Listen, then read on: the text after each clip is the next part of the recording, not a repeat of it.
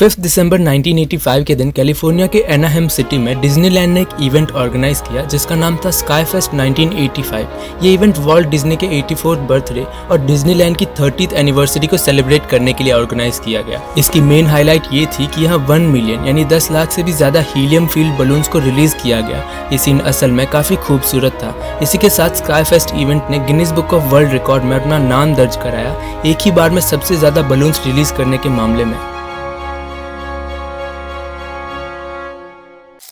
ये इवेंट जिस तरह से प्लान हुआ उसी तरह से एग्जीक्यूट भी किया गया। इसे दुनिया भर में काफ़ी मीडिया अटेंशन और प्रेज मिला, लेकिन ये बात कोई नहीं जानता था कि यही इवेंट एक ऐसे डिजास्टर को इंस्पायर करने जा रहा था जो ना सिर्फ लोगों की डेली लाइफ को डिस्टर्ब करने वाला था बल्कि 2 लोगों की जान भी लेने वाला था।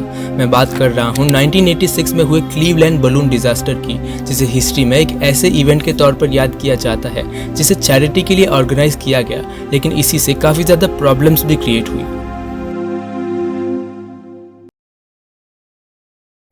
अर्ली 1900s में क्लीवलैंड सिटी यूएसए के लिए एक इकोनॉमिक जाइंट हुआ करती थी।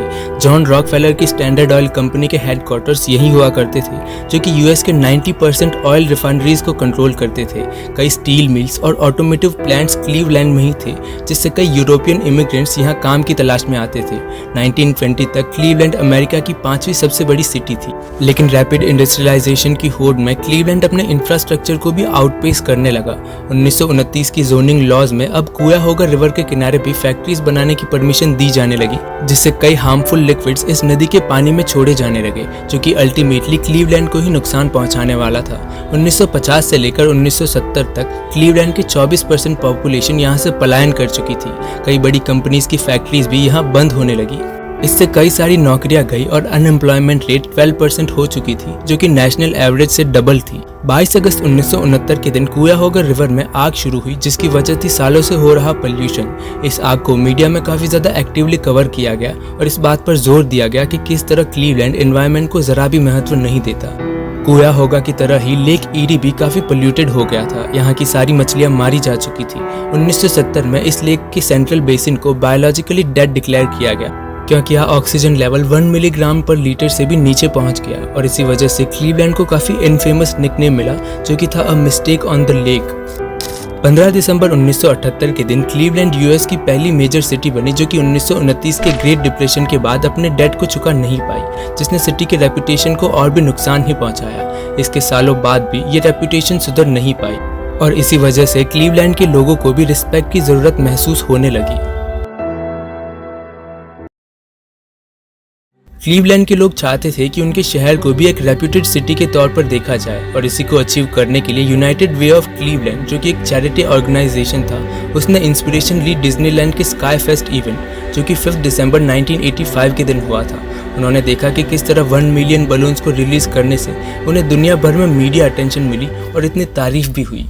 यूनाइटेड वे ने कैलिफोर्निया की एक company balloon art bye trap के साथ मिलकर एक ऐसे चैरिटी फंड रेजिंग इवेंट को ऑर्गेनाइज करने का प्लान किया, जहां 27 सितंबर 1986 के दिन 1.5 मिलियन बलून्स आसमान में छोड़े जाने थे। इस इवेंट का मकसद ये था कि सिटी के लोकल प्रॉब्लम्स को सॉल्व करने के लिए फंड्स रेज किए जाए। इसके अलावा एक ही साथ 1.5 मिलियन बलून्स रिलीज करने से वे डिज्नीलैंड के 1 मिलियन बलून्स के रिकॉर्ड को तोड़कर Guinness book of world record में अपना नाम दर्ज करवा देंगे। इसके अलावा वे जानते थे कि ऐसा करने से उन्हें मीडिया अटेंशन मिलेगा, जिससे वे क्लीवलैंड की पुरानी पहचान वापस हासिल कर सकते हैं और एक मिस्टेक कहलाने से छुटकारा पा सकते हैं। इस इवेंट को एग्जीक्यूट करने के लिए क्लीवलैंड के पब्लिक स्क्वायर को चुना गया। महीनों भर पहले से ही इसकी तैयारियां शुरू हो चुकी थी। लगभग 2500 वॉलंटियर्स ने मिलकर बलून्स को फिल किया।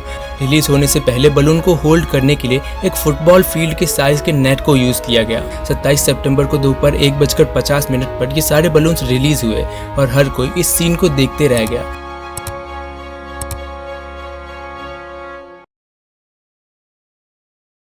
लेकिन ये नज़ारा ज़्यादा देर का मेहमान नहीं था। क्लीवलैंड के लोग इस बात से अनजान थे कि ये बलून सब किस कदर उन्हें परेशान करने वाले हैं। बलून्स के रिलीज होने के बाद टेम्परेचर और भी ज़्यादा ठंडा हो गया, हवा और तेज़ हुई और बारिश की बूंदें भी बढ़ने लगी।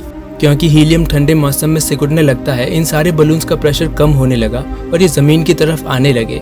इवेंट से पहले ऑर्गेनाइजर्स ने ऐसी कोई बात नहीं सोची थी कि इन बलून्स का क्या होगा, ये किस तरह ज़मीन पर आएंगे, कैसे डिस्पोज होंगे, और इस मिस प्लानिंग का खामियाजा उन्हें भुगतना पड़ा। ये सारे बलून लोकल एरिया में एक कारपेट की तरफ फैल गए। Lake Erie, Burke Lakefront Airport और हाईवे तक ये बलून्स फैल चुके थे।